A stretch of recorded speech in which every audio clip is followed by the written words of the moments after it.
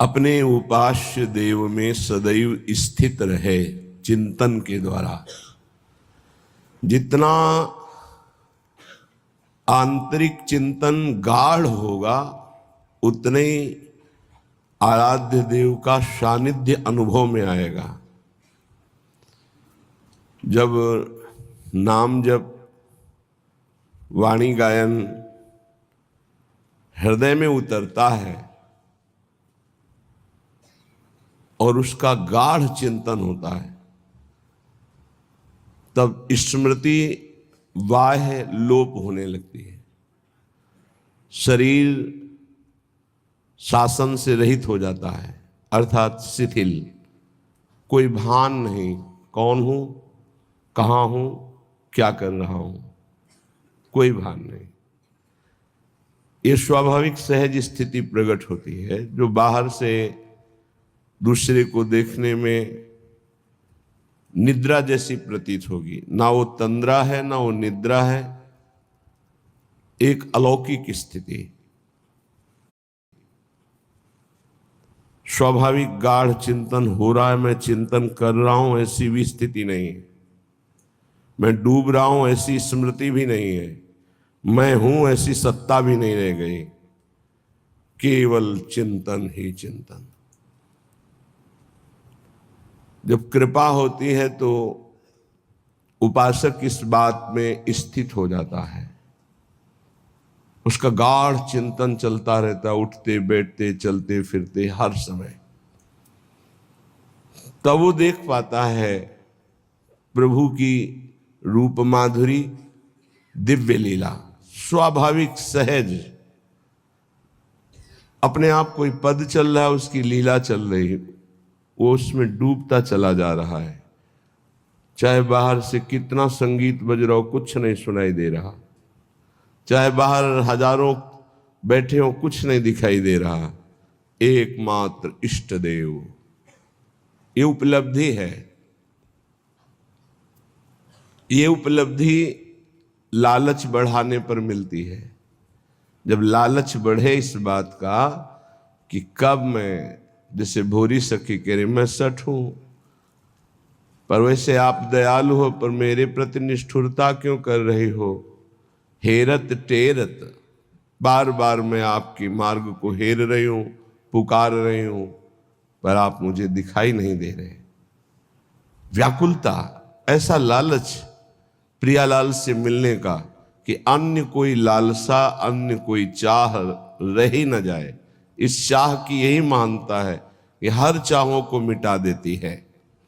श्रीपाद प्रबोधानंद जी कह रहे हैं, वृंदावन में तो बहुत जल्दी ये लाभ प्राप्त हो जाता है, क्योंकि ये सिद्ध प्रेम भूमि है। जिसका थोड़ा भी उपासना में अपनापन हो रहा है, वो बहुत जल्दी यहां लाभ प्राप्त कर सकता है। बहुत महामहिम भूमि है।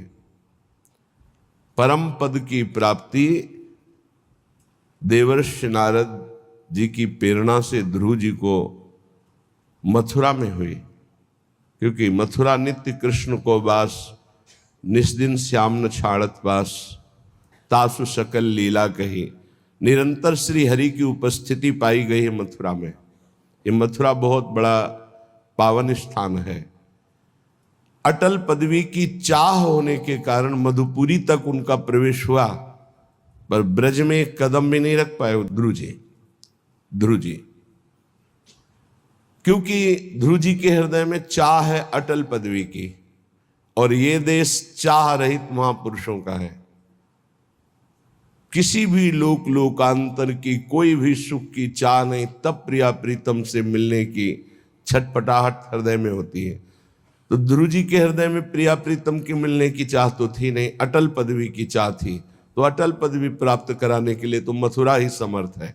मधुपुरी में 6 महीने साधन किया और अटल पदवी प्राप्त कर ली। भगवत साक्षात्कार हुआ चतुर्भुज भगवान नारायण का, और नारायण की कृपा से आज भी वो अटल पदवी में विराजमान है। लेकिन ये श्रीधाम वृंदावन, ये तो प्रेम भूमि है। उद्धव जी को कोई साधना नहीं करनी पड़ी। गोपियों की चरण धूलि का स्पर्श होते ही सारा ज्ञान ढक गया और प्रेम का प्रकाश हो गया। ये वो भूमि जो बहुत जल्दी लाभ दे। श्रीपाद कह रहे बस देहेस्मिन्नति कुत्सिते त्यज वृथाध्यासं यतः संस्मृतिर् घोरा चिन्तय चिदघनं निज वपुः सर्वञ्च वृन्दावने घोराः सन्तु विपत्तिकोटय इह त्वां याहि नो विक्रिया मारब्धक्षय मावसै तदथ तन्नाथौ सदा खेलय। तुम्हारी भगवत प्राप्ति में सबसे बड़ी बाधा है शरीर राग है। देहस्मिन अति कुत्सिते, बहुत गंदा है शरीर, ये बहुत गंदा। अगर ये चिकनी चमड़ी ना हो तो इसे कोई देखेगा नहीं, बहुत गंदा है। जिधर देखो गंदगी ही गंदगी इसमें है। कभी पेट नहीं भरा, खाते खाते जीवन हो गया, देखते देखते आंखें कमजोर हो गई, चश्मा लगाने लगे, फिर भी देखना, फिर भी सुनना, सूंघना, भोगते भोगते मरणासन स्थिति है, फिर भी भोगना। क्या ये नाटक है? भूत के लड्डू, ना खाए तो तरसे, अगर खाए तो मरे, क्योंकि इसमें कुछ है ही नहीं। पर बहुत विचित्र है, ना खाए तो तरसे। सौभाग्य मनाते हैं कि उनको, जिनको ये भ्रम नष्ट हो गया है कि भोगों में सुख नहीं है। अहो भाग्य। देहस्मिन् नति कुत्सिते त्यज वृथाध्यासम यथा संस्मृति। इस संसार के बंधन का मुख्य कारण कुत्सित शरीर में, देह भाव में मैंपन हो जाना है। ये वृथा झूठा अध्यास है, तुम शरीर नहीं हो। यदि तुम गुरुदेव की उपासना के द्वारा प्रवीण हुए विवेक रूपी अस्त्र से इसको काट पाओ तो कह रहे इसी समय तुम चिदघन स्वरूप में स्थित हो जाओ वृंदावन की कृपा से। घोरा चिंतय चिदघनम निज बपु सर्वंच वृंदावने। जैसे आप शरीर में स्थित बाह्य दृश्य देख रहे हैं, ऐसी स्थिति होती है। चेतना लुप्त, बाह्य दशा खत्म, आंख खुली हुई है, वो अपने स्वरूप में स्थित है। बाह्य कोई भी दृश्य नहीं समझ में आ रहा, मैं कौन हूं, कहां हूं, बुद्धि निर्णय ही नहीं कर पा रही। वो तदात्म भाव को प्राप्त होते, जैसे कोई ये डूबा डूबा डूबा गया, वो गया। अब अंदर जो चल रहा है, बाहर कोशिश कर रहा है, निकालूं, बात करूं, व्यवहार करूं, गया। अपने चिदानंद स्वरूप में अहम स्थित हो गया है। किशोरी मात्मानम किम सुकुमारी मुकले। ये बिना थोड़ा भाव आए ये बात समझ में नहीं। ये समझ के परे की बात, आश्चर्य की बात, आश्चर्य की बात, सर्वाश्चर्य की बात, ऐसा कभी नहीं हुआ। पद्मासन लगाकर बैठे हैं, प्रयास किया है, 2-3-4 घंटे आसन पर बैठे, शून्याकार स्थिति पर चेतना रही है। मैं पद्मासन में बैठा हूं, ऐसी चेतना रही है। ये शरीर पद्मासन में है, मैं चिंतन कर रहा हूं, ये चेतना रही। पर ये वृंदावन का अद्भुत चमत्कार हुआ कि मैं स्मरण कर रहा हूं, यही गायब हो गया। वो एक अलौकिक स्थिति जिसका अनिर्वचनीयम प्रेम स्वरूपम, उसका वर्णन ही नहीं हो सकता, बड़ा आश्चर्यमय। इसीलिए कहते वृंदावन सर्वाश्चर्यमय है। आप सच्ची मानिए, ये साधन के लिए कह रहे हैं श्रीपाद, लेकिन यदि ईमानदारी से गुरु प्रदत्त साधन में आप लग जाएं तो इसका कोई महत्व ही नहीं रह जाएगा। ये कुत्सित देह का राग ऐसे हट जाता है, वाणी की सामर्थ्य नहीं उसे बता सकूं। वो कैसे कैसे होता है कि जैसे आदमी फिसला और गया है, डूबा, बस डूबा। अब उसको कैसे वर्णन करें? वो डूबना चाहता नहीं है, वो डूबने की योग्यता नहीं है, कुछ अपने आप फिसला और डूबा। ऐसा है वृंदावन, फिसला और डूबा। और एक फिसला और डूबा, एक जबरदस्ती उठा के फेंक दिया गया उसमें, कुछ ऐसा भी है। बिल्कुल बहिर्मुख वृत्ति है, बिल्कुल एकदम। ये बहुत दसियों वर्ष पहले कोई भी सांसारिक घटना एकदम किसी भी महापुरुष को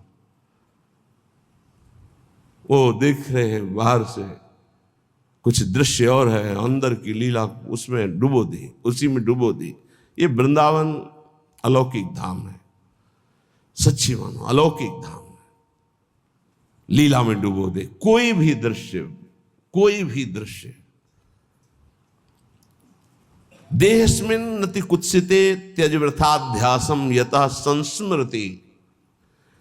इसकी स्मृति भी न रह जाए देह की, ये अपने किए नहीं होता। यह गुण साधन ते नहीं हुई, तुम्हारी कृपा पाव को, मतलब कहीं किंचन मात्र भी अपना कोई इसमें साधन बल नहीं है। जैसे कोई सोचे कि बहुत साधना करने पर ऐसा नहीं, बिल्कुल नहीं। ये हम अपने हृदय की बात कहते हैं। इसमें साधन पक्ष नहीं, साधन असाधन हटाने के लिए है। इसमें कृपा पक्ष बहुत जोर का होता है, एकदम लीन।